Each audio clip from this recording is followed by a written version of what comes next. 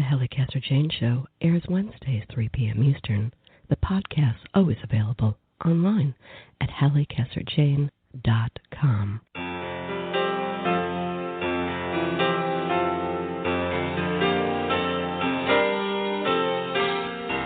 Hello, yeah, it's been a while.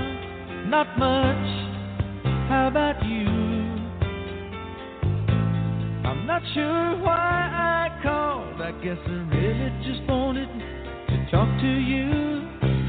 And I was thinking maybe later on we could get together for a while. It's been such a long time and I really do miss your smile. I'm not talking about moving in and I don't want to change your life. But there's a warm wind blowing the stars around and I'd really love to see you tonight.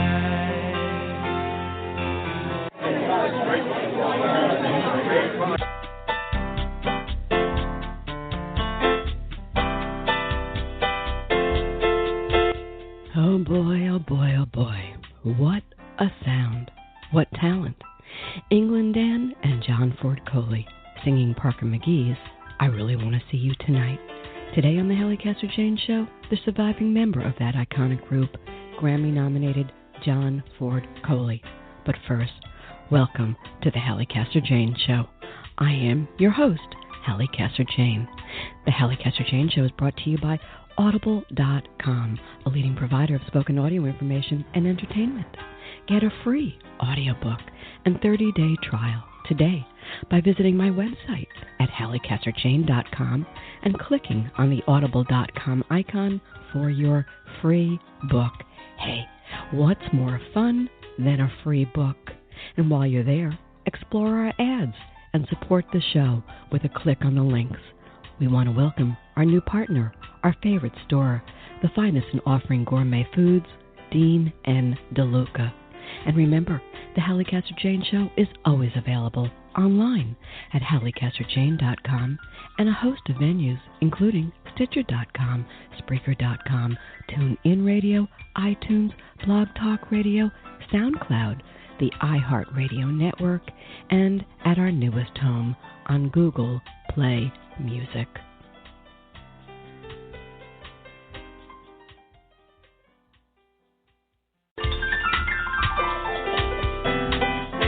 The music of our lives.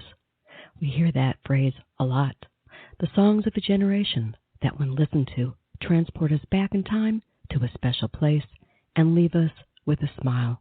Let me throw out some song titles, and you tell me if it isn't true. I'd really love to see you tonight. Nights are forever without you. Love is the answer. Sigh. These are the songs and numerous others that have made John Ford Coley a singing legend, the half of the Grammy-nominated duo England Dan and John Ford Coley. John has spent decades touring, writing, and recording, classically trained on piano, and an avid guitarist with double platinum and gold records behind him. John also has produced other artists, most recently Eddie Money. And from time to time, he acts, too. What becomes a music legend? Let's talk. So, John, you and I have talked a lot, and of all the things about our marathon conversations, here's what fascinated me most. Not what you said or revealed, but damn, you are just about as mellow as your music. It can't be true. Are you as mellow as you seem to be? No, it's all a facade. You kidding? I bust up chairs and things like all musicians. You know, we're all hot-tempered and crazy. So, no, seriously, that's just kind of the nature.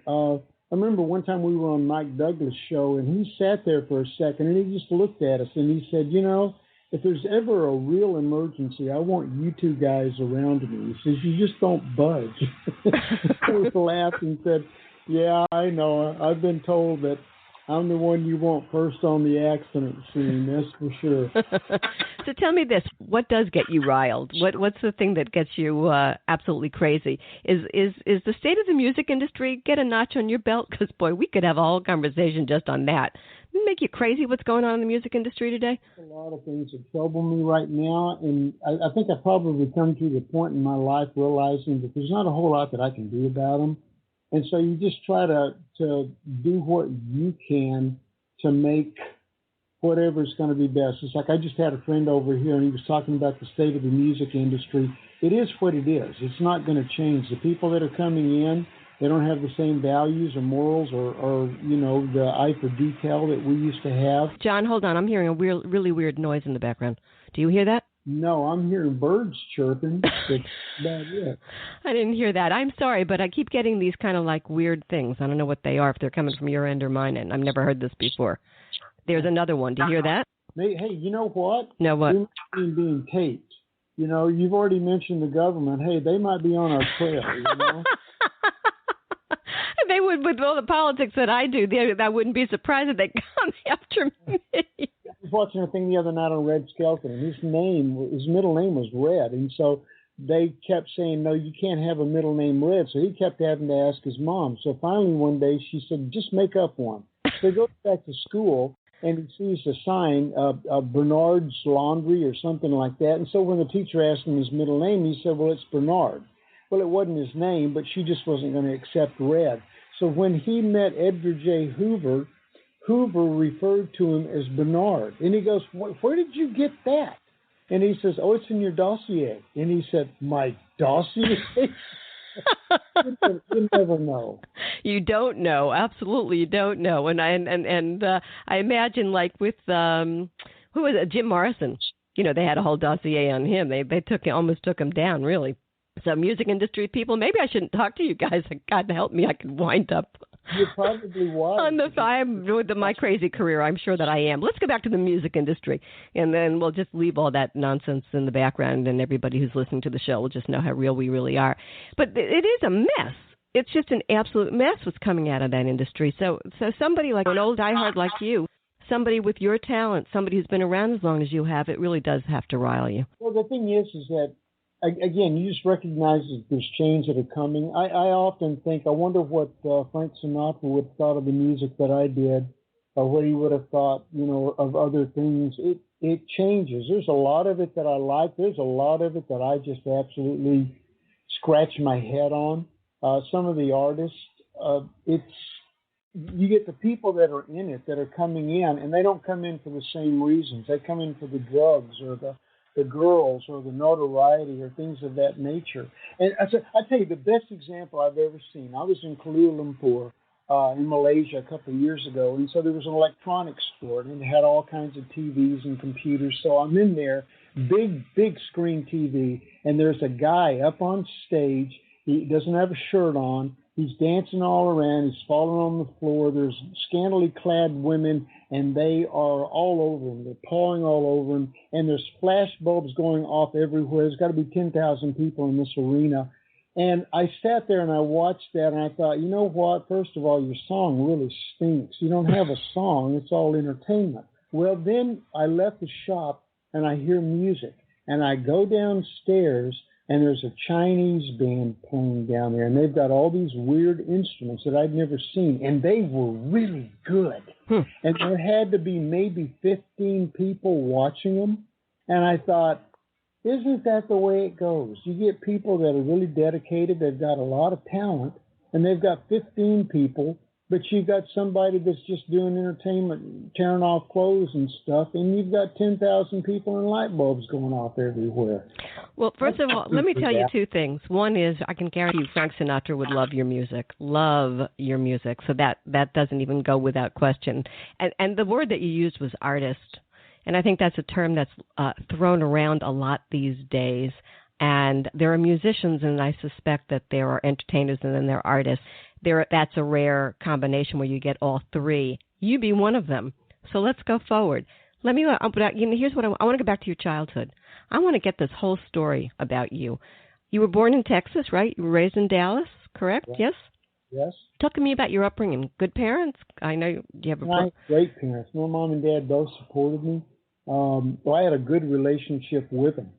And so it was always they had a really bizarre sense of humor. I was not raised with a lot of the country music that people are raised with down there. I was raised with show tunes and opera and classical music and some rock and roll, a little bit of the country, a lot of church music.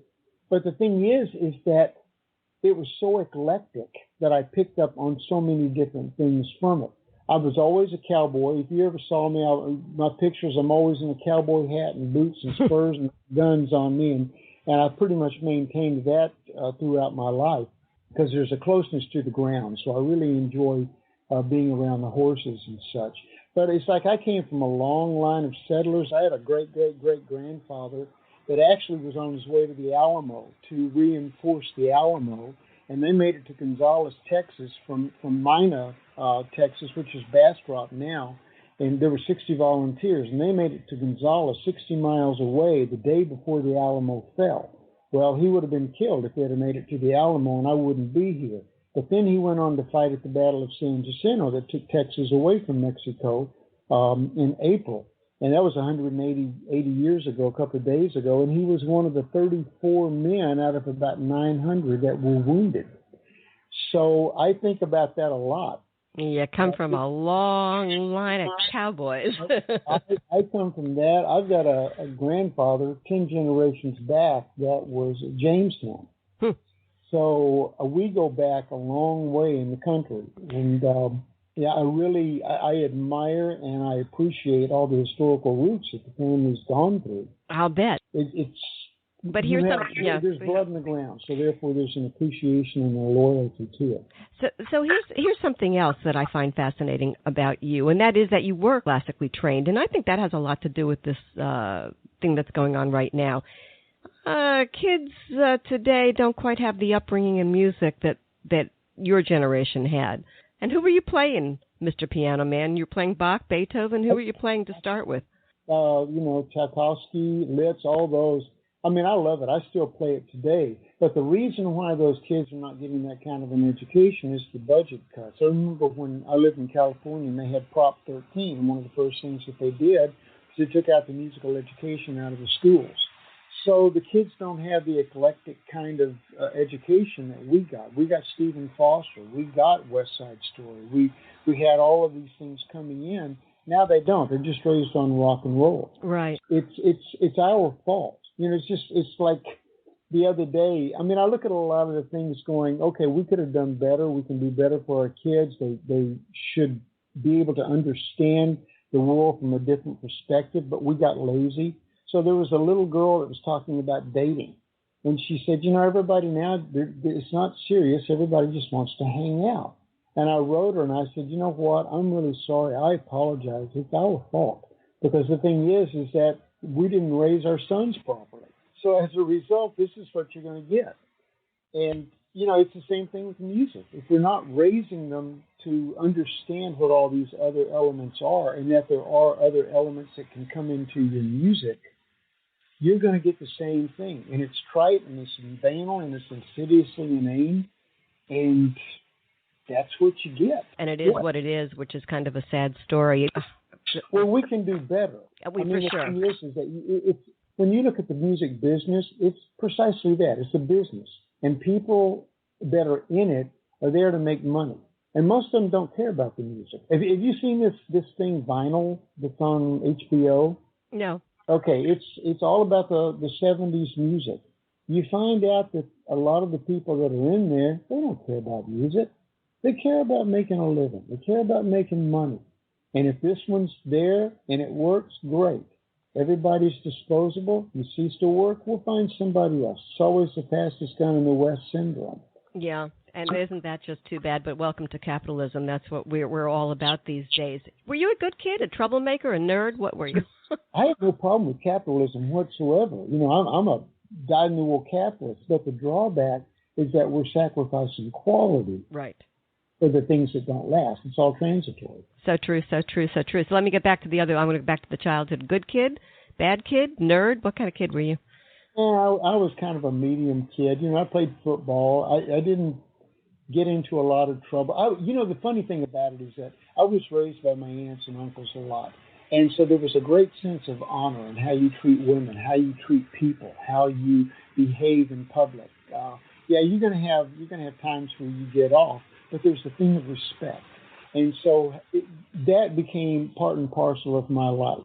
As a matter of fact, we had a thing when I was in Singapore a couple of years ago, and so there was a very long line. And I was there for literally for 2.5 hours. I only played for an hour 45, but I was in that line for 2.5 hours. And so the promoter was kind of angry. He wanted me to finish up. And he told the other guy that I was with, he said, quit spending so much time with people. Just run them through here. And the guy looked at him and he said, that's John. He will leave when everybody else has come through the line. Leave him alone. That's maybe I shouldn't do that, but it's just the way that I was raised. Treat everyone and treat them respectfully. Okay, so talk to me about this. So here you are, this kid. Music is your life. 16 years old. You and Dan Seals first get together, correct? Yes. That's the only answer you're going to give me any more? Oh, yeah. Well, no, Dan and I went to high school together. And what happened was Dan was actually in an established band. They had a guitar player that quit. And so Dan wanted another guitar player, but everybody else wanted to try a keyboard player. So I ended up getting the audition, and I got the job. And Dan and I did not get along. We were kind of like flour and water. He didn't want me in there. And so we would end up periodically having to ride to different gigs together. And we found out that we had kind of a natural blend. We'd sing, and do Everly Brothers and things like that. He'd take the lead. I always took the harmony. And we kind of got to be really close friends, and they're almost kind of like brothers. So that's pretty much how that whole system got together. So question here, when you start playing music together, did you know, forget the personality aspect of it, but just playing music together, did you know right away there was something that you guys could do that was just magic? We never intended it to go that far. I think that we were probably just using it because we enjoyed doing it, first of all. Kept me from having to work at the grocery store packing groceries. And, it was an experience. It was an adventure. So we never really planned on becoming, quote, stars. We were just all trying to play music and enjoy ourselves. We were making $5 a night. Then we'd go blow that on pizza. So it wasn't something that was very lucrative for us in that sense. It was a lot of fun. And it just kind of developed and took on a life of its own. True story. You started touring at 16? Pretty much, yeah. And that band was, because it went through some name changes, so that band was... We started off with the Playboys 5, and it was actually still the same members, but we changed the name to These Few, and then we changed it to the South Coast FOB. We had one drummer that got drafted, and then we had another one that we added, a trumpet player, Randy Bates.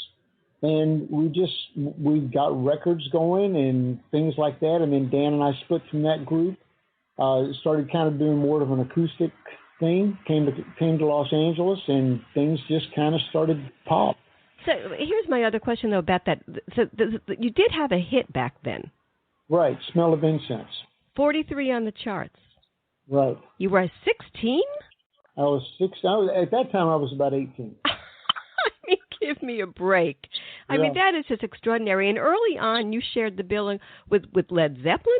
I mean, right? Now, that cracks me up, because if you ask me that, it sounds like a Stairway to Heaven story, yada, yada, yada, bada, bada, bing. I mean...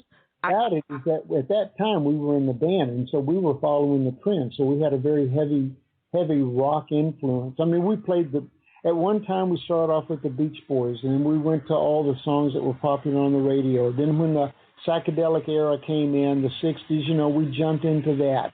Then we jumped into more rock. Dan and I were writing different things, and the band was doing them. So you just progress. I mean, a lot of people think that it's an overnight sensation. It wasn't. There was a lot of hard work and time and energy that went into it.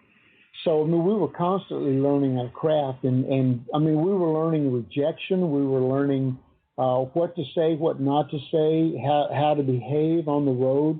And even when I went on the road with a lot of these people like Brad or Elton John or so many different people, they literally took us under their wing and taught us how to behave on the road, because it's an entirely different system out there. What does that mean, behave on the road? What does that mean? Sorry? What does behave on the road mean? Well, the thing is that when you go into an airport, for example, you know, there's a certain protocol that you go through. You learn how to check into hotels. You learn how to get car rentals. You learn to go from point A to point B. You learn to be on time. That costs us a lot, you know, because again, you miss an airplane. Hey, guess what? You're going to miss the gig. You're going to miss the gig. You're not going to get paid. They're not going to call you back the next time. So, you know, it's behaving. It's how you learn to take care of yourself on the road. Well, I'm going to talk to you about musicianship. Explain to me what happens when you listen to a song you love. What does John hear? What happens to John's brain, to his fingers, to his heart when he plays a song and sings a song? Can you give us a feel for that? I don't think it could possibly be the same thing for you as it would be for me. Well, it's not, and I'm notorious for it. It's like, you know, I used to, when I would go to church, and they would have the, quote, worship music. Most of the time, I'm sitting there, I'm figuring out chords. Everybody else is doing their thing, but in my mind, I'm sitting there going, E minor, B minor, A, B minor. You know, I'm doing chords. And I'm listening to the lyrics going, oh, come on. And most of the time, I get up and I walk out because I'm bored. Don't tell anybody. I sing one time to where they wouldn't allow me to play in the band. And I thought, you know, why do I not get to play in the band?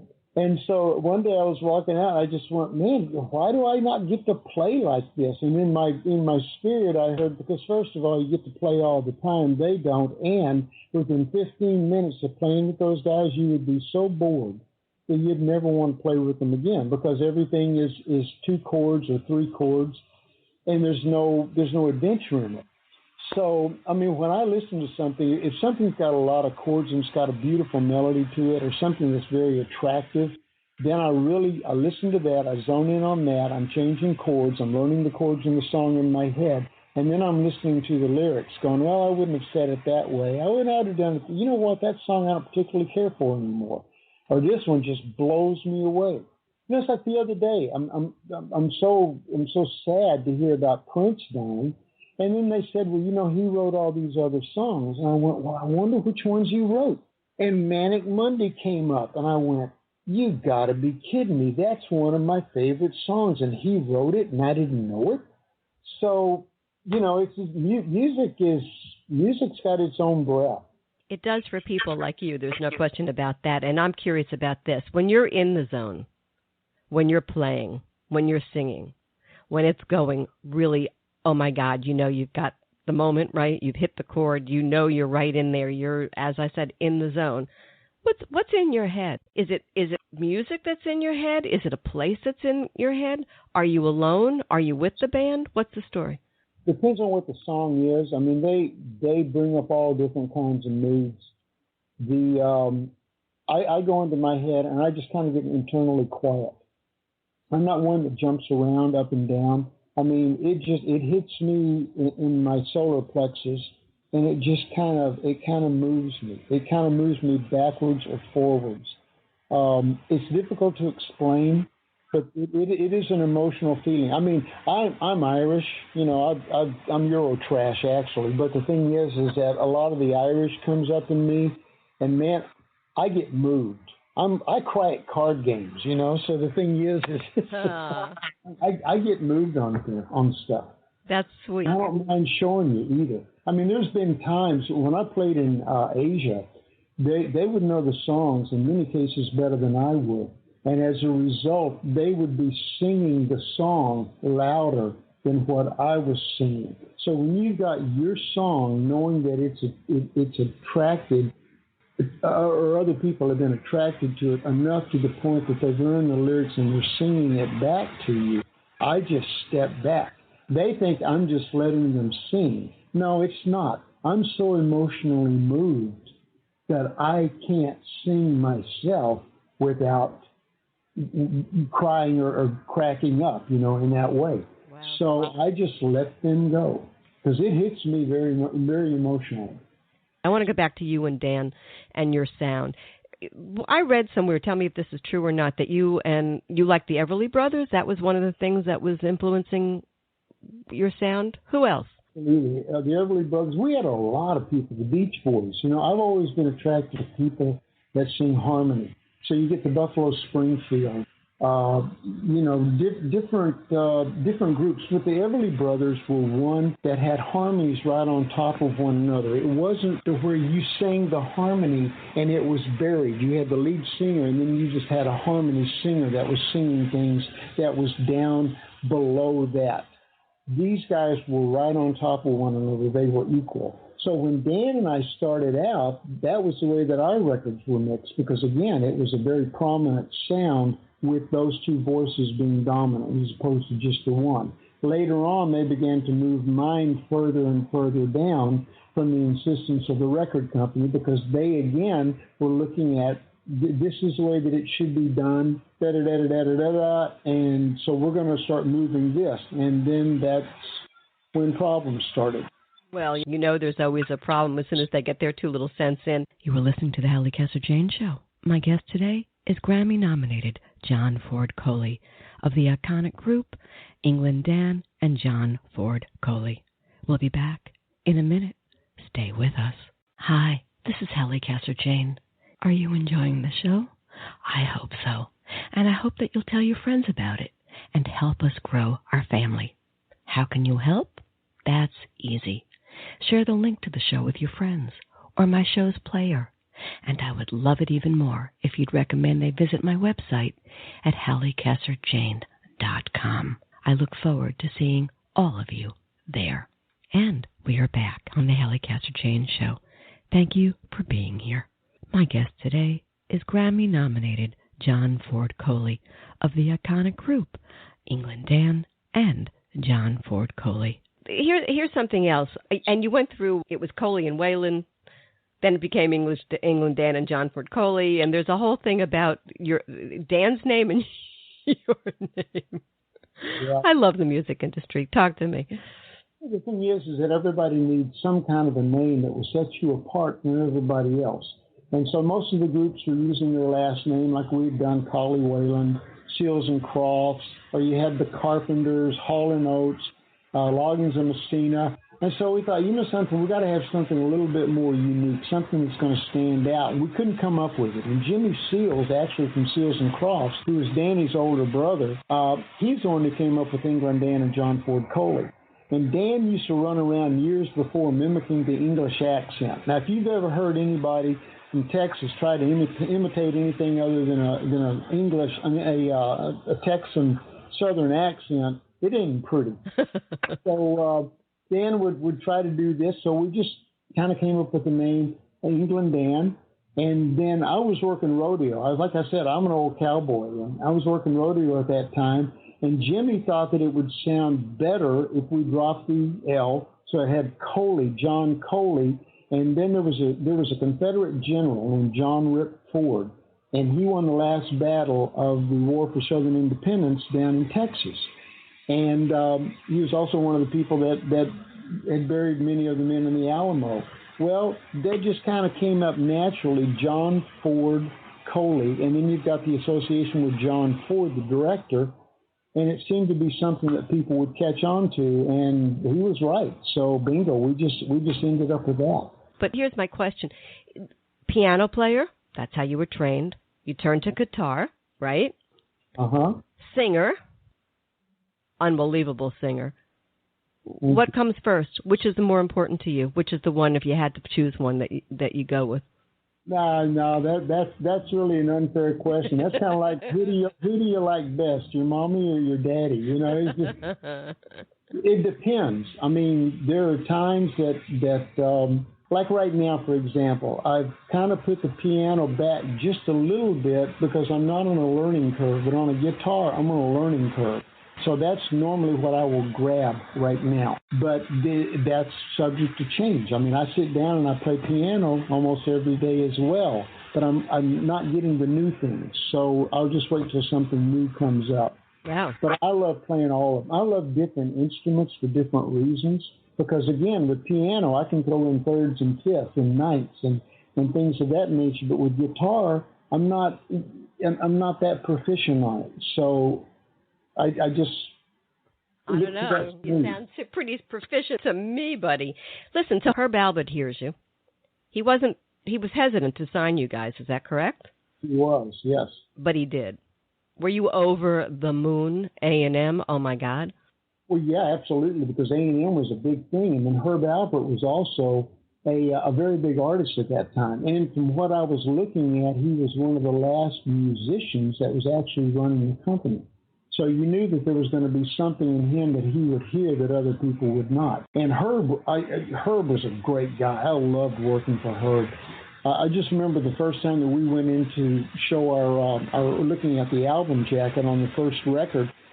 He said, this is what we're looking for. And I said, well, I don't like this one. Dan said, well, I don't like that. And he looked at us and he says, guys, he said, it doesn't matter really. He says, what this album jacket looks like. He says, we don't expect anything off this record. He said, we don't really expect anything off the next one. The third one we expect to have some hits off of. And I thought, whoa. Now, we went back 10 years later.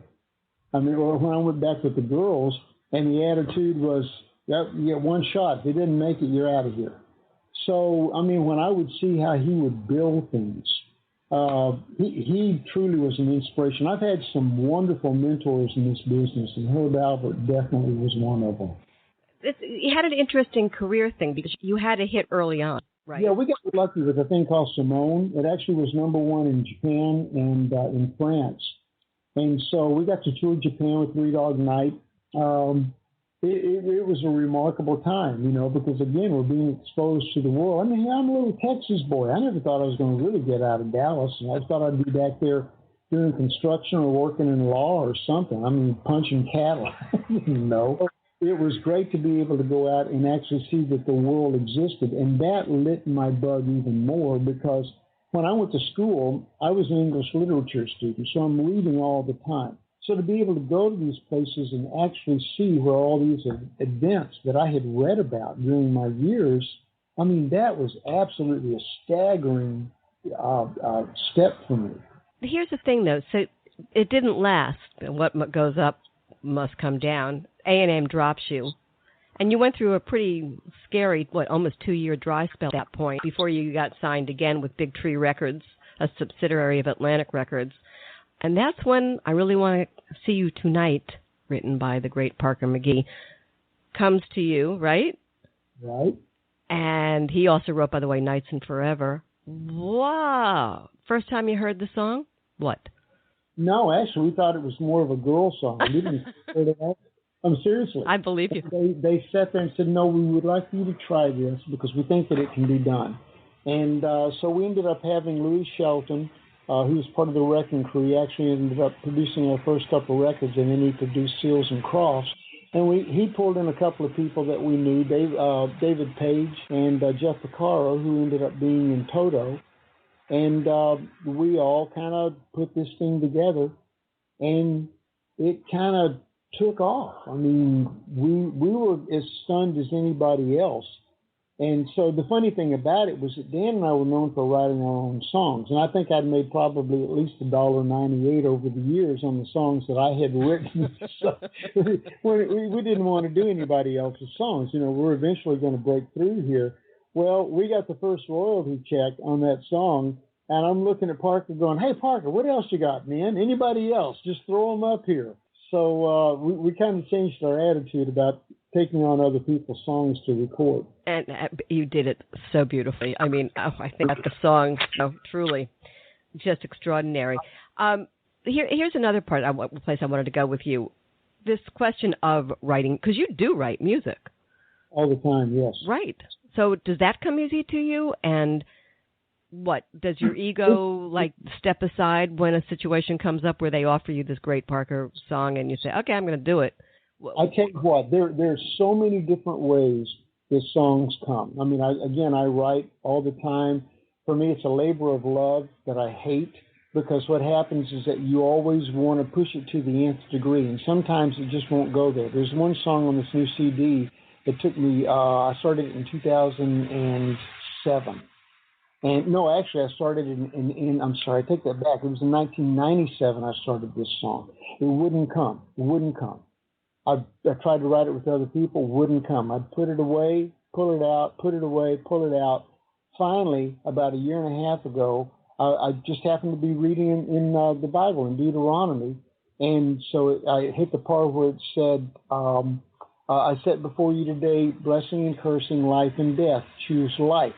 Bingo. I went, that's it. That's life. It vomited itself out from that point on. Literally just came out. There was nothing that I could do to stop it. There are other times that you work really hard trying to get the song down. Sometimes it comes really easy. There's one, the guy's yelling at me on this new CD because there was one called Wild Horses that I wrote. It was the last one that's going on this CD. And he said, how did that come to you? And I said, look, that's not even my style, okay? I can tell you right now, it's got my name on it, but I have no idea who wrote that song. And there are times that divine inspiration takes over, and there's nothing you can do to stop it. And I'm sure I'm not the only one that happens to. Soldier in the Rain is a perfect example of that. You're so lucky. Well, the thing is that you just kind of feel kissed by God on certain things. You know, you recognize you're not that smart, and you're not that clever, and you're not that brilliant, no matter how much you tell yourself you are. There's external circumstances that come in and they take over. And you sometimes just have to step out of the way. And if you step out of the way, it'll come. But if you keep trying to direct it and dominate it, you're eventually going to get it maybe, but it could have come a lot easier. So listen to me. This is interesting to me also. You are a hit after hit after hit. It's bizarre. So few people get that many hits in a row and that kind of accolade. Okay, that's great. But talk to me about this. John, personal life. Was there one? Oh, yeah, there's always a personal life. I'm selfish enough to take time for myself. Now, when the career was going, and it was really going big, I stepped back, and I recognize again that it's the old fastest gun in the West syndrome, so there's always over your shoulder that you're having to look back on because somebody's going to try to take your place. So when I would come off the road, I was constantly writing. I was constantly moving in that direction. But I also took time for me because I recognize you can get burnout.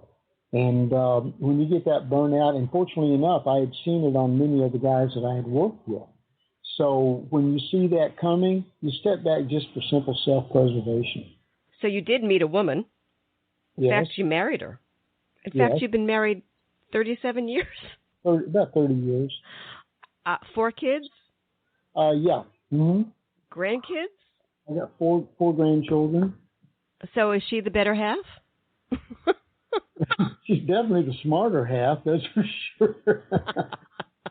Oh, what's it? I'd love to get her on the air. What's it like living with John Ford Coley, brilliant musician that you are? You know, the funny thing about it is that because you got to understand the philosophy that I've always had with music is the one that Bob Geldof had.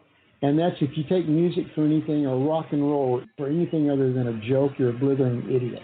It's a means to do something. It's something that's inside of you. It doesn't define who I am. I mean, I go off and I do things that you probably would think, well, that's not in keeping with the glamorous lifestyle. You know, I've done that. I've seen that. It's not that entertaining. So I'd rather go out and I'd rather work with horses. You and I have that in common, by the way. Did you know that? So you know what that feels like. I know what that is. I know what that is.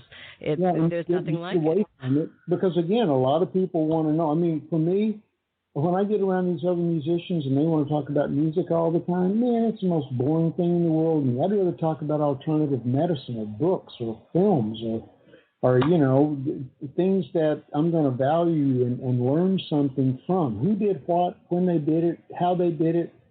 Yeah, okay. But here's my question: is that you now? Is that the 60-some-odd-year-old man who's been through it all, seen it all, done it all, able to say that? Do you think that the young man of 16 or 17 or 21 could have said that? No, I think that at 16 and 17, you know, you've got your focus and how you're going to do things, and that's absolutely wonderful because we all did. But even at that point, you're going to discover, I mean, I love it when these young kids get out on the road and they've seen the glamour, they see how everybody lives, all the things that go on, what you become. You've got people pawing at you all the time. And you know what?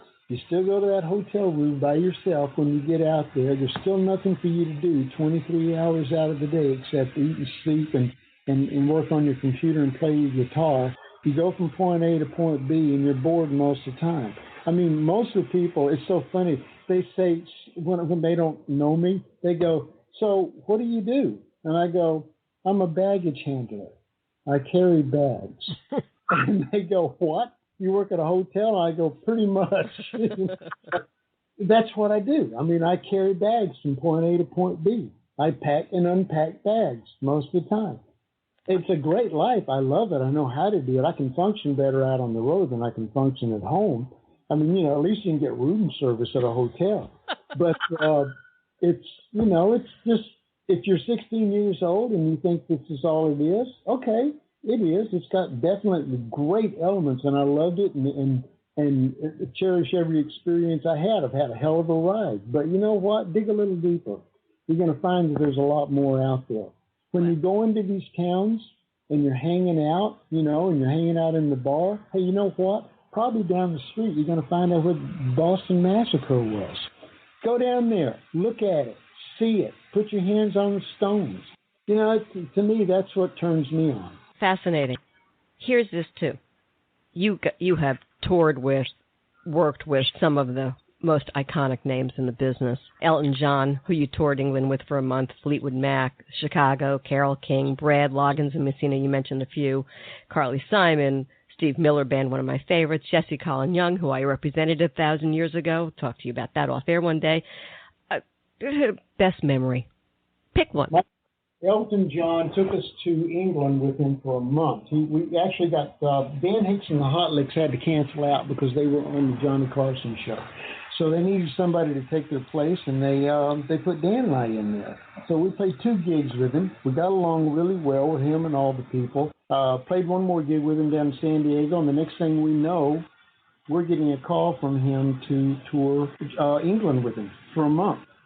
So here I am in England for a month, you know, with this whole thing, getting the exposure that we got.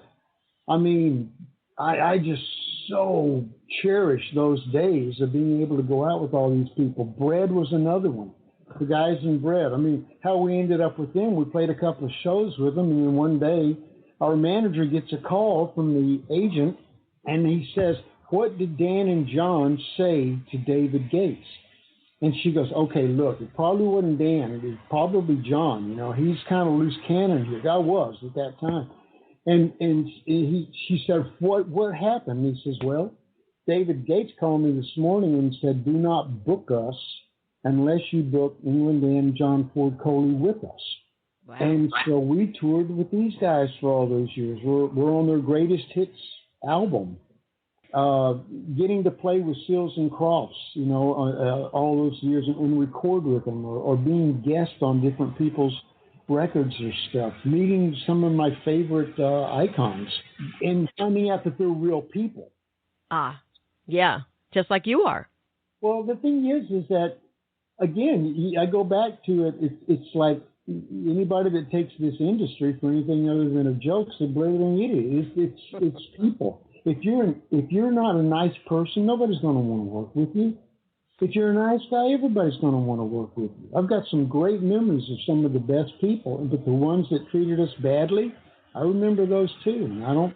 Oh, tell me one. Give me one. One who treated you guys badly. Mickey Mantle. Who? Mickey Mantle just. I didn't hear you. Say it again. Mickey Mantle. Mickey Mantle. I grew up with him in my house. Yeah, well... Go, tell me, talk to me, tell me the story. I was doing a thing on Dinah Shore's show, and Billy Crystal was, you know, literally licking Mickey's ear. He was so excited to be with him.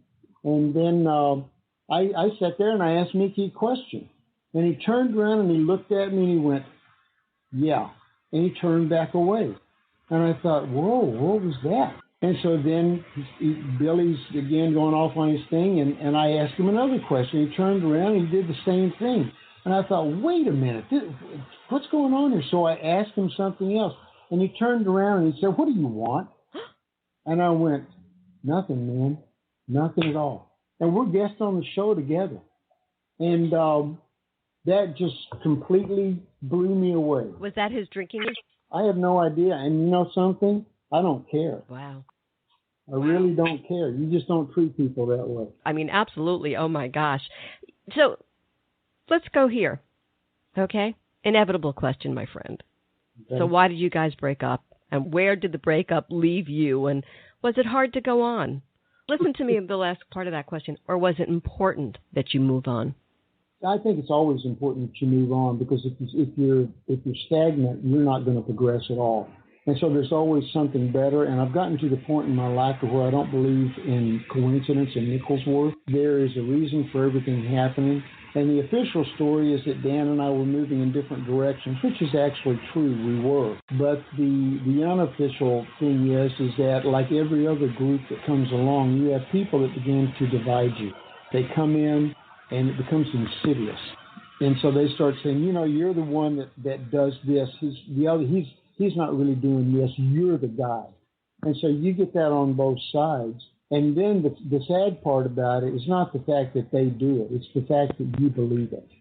And when you believe it, then it's over. So Dan and I ended up, you know, we fell victim to that same insidious behavior that so many other people come into. And for the longest time, Dan and I didn't talk. We weren't friends. And then one day we just both said pretty much at the same time, you know, we grew up together, man. We were like brothers. This is stupid. This is ridiculous.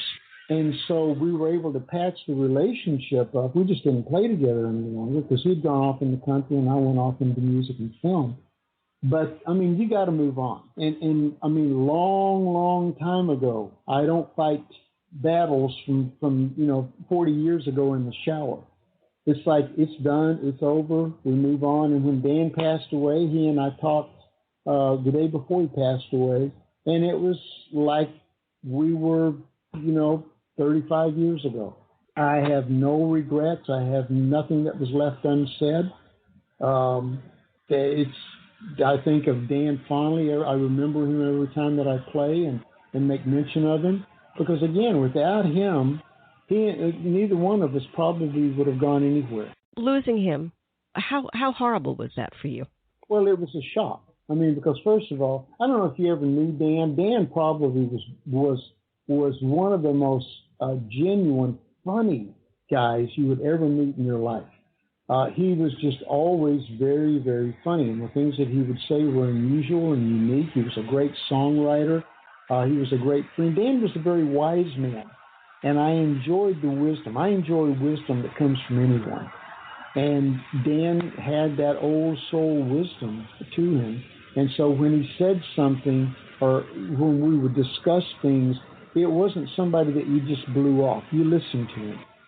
And I really appreciate that. And I was so sad when he left, simply because not only was my friendship affected, although it wasn't the friendship that we had previously, it had a lot of memories attached to it, but the fact that Dan was still very prolific and still out playing and still writing songs and recording, you feel a thievery in that way, that the world has been robbed of somebody bringing more to them that would be to their benefit. Last question. Let's take it here. You and I, as I said, talked off air. We share a lot of things in common. Your spiritual life. I know this has been a huge journey for you, John. You were Baha'i at one point. I think you were raised Southern Baptist. Right. You've gone through the whole song and dance. Talk to me about that. Oh, I love the teachings. I study all the time.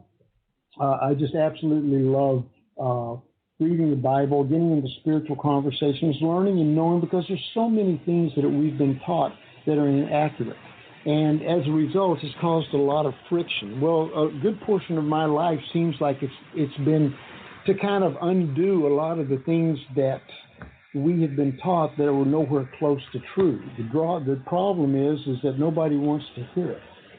So you just kind of dig deeper all the time and try to grow and learn. When I talk about the Bible, I'm not there to try to prove points. because there are people that will take that book and beat the poop out of you with it, just simply because it's control. I use it for one thing. That's to transform my life. That's it. I'm not interested in winning theological debates or arguments or how many angels can sit on the head of a needle and dance. I don't care. It's a matter of what is it going to do? How is it affecting me? What's it cause me to do to other people? How does it affect my music? How does it affect my everyday living, my children, all of these different things? How do I behave? Because I really, truthfully, I don't care what you preach, teach, or try to attempt to shove down my throat. I'm going to watch how you behave. That's all I need to know as to whether I'm going to be interested in listening to anything that you've got to preach or teach. You did say you had no regrets, but this is one last question. If I had to do over again, I would. Oh man, that's a question that requires some thought. I probably, if I had it to do over again, because of being in the religion that we were in, being hooked with seals and crofts, we were kind of inclusive with everyone. What I would do is I would go out and I would work with a whole lot more people on an individual basis, as opposed to just staying stuck in one little atmosphere. Because again, there's so many people that I work with now that I've had so much fun, because again, you're gathering new information. It's like when I was, I'll give you a perfect example. When I was on the road traveling in the band, you've got the people that come in. It's the same people all the time. So as a result, after the first couple of days, the jokes are gone, all the stories are gone that they've been home. There's nothing new to discuss. There's nothing that anybody's bringing in. Now, as an actor, when I was an actor, you had day players. So you had people constantly coming in. They're bringing in new jokes. They're bringing in new stories, new information. Did you hear about this? Da-da-da-da-da. It was such a wonderful time for me, because I thrive on information. I like to know because I like to know. I'm just kind of an epistemologist in that way. I just want to know so that I'm not fooled. And that's pretty much, you can sum that up for me now. That if I had it to do again, I would be gathering in a lot more people, a lot more information, networking a lot more, and just learning different ways as opposed to being stuck in one particular group. Buddy, you prove one thing. Ready? Love is the answer. Yeah, love is the answer. I've been speaking with John Ford Coley, formerly of England Dan and John Ford Coley. For more information on John, for more about when and where he will be performing, to discover more about his book that chronicles his amazing career, Backstage Pass, and to learn more about his new CD project, Eclectic, visit John's website at johnfordcoley.com. Thanks so much for tuning in to the Halli Casser-Jayne Show, a production of Resec LLC. Associate producer, Suzanne Probst. Music by Tony Rosales Jazz. Visit HalliCasserJayne.com.